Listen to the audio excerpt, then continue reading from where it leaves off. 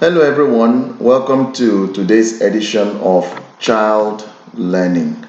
Today we will be discussing the topic, the significance of recreation in child learning. And I'll start with a quote. It says, "All work and no play makes Jack a dull boy." And that's the truth.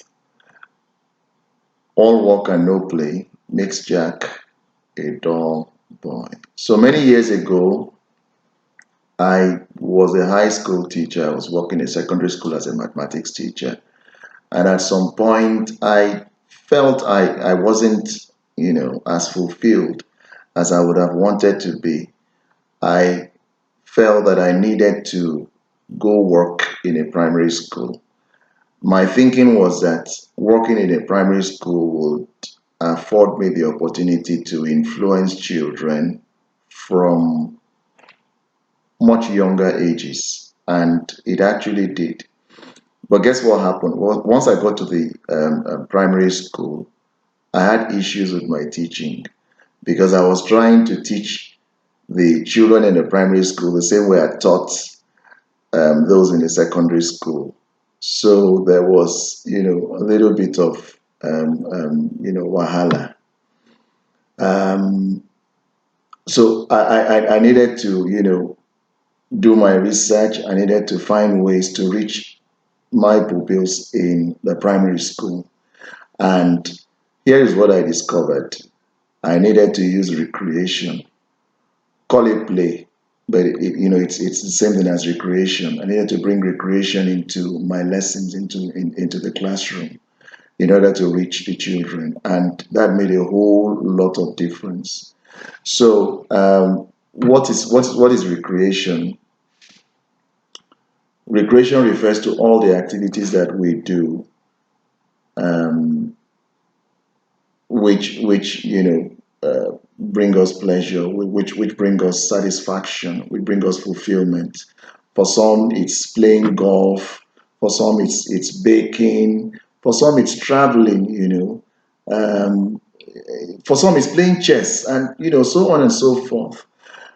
But for children, it's a bit different. For children, recreation is play, play, play, play, play. You know, and as teachers, we need to be able to leverage on recreation in order to ensure that children learn maximally in the classroom, which was what I did, in that situation that I spoke about earlier on. So let's look at some ways in which recreation is significant in learning. The first one is in terms of physical health. Um, most physical health activities require that children expend energy. Okay, so when they jump, when they dance, run around, they expend energy, and that helps them to build stamina. That helps them to cut down on their cholesterol levels.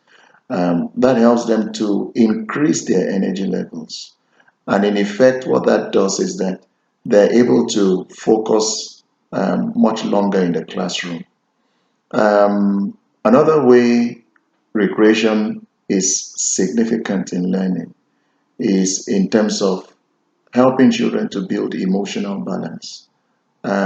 Emotional balance is very, very important because when children are emotionally balanced, they're able to deal with the pressures of life, um, which of course helps them to be more motivated to learn.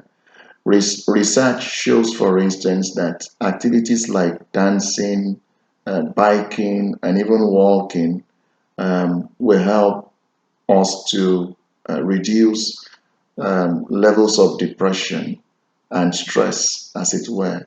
So, when teachers bring such activities into the classroom as recreation, what happens is that children become more emotionally balanced and more motivated to learn. Thirdly, um, recreation is significant in learning. You know, in terms of helping to build communication and team skills. Many recreational activities, which could be outdoor or indoor, would leverage on grouped tasks.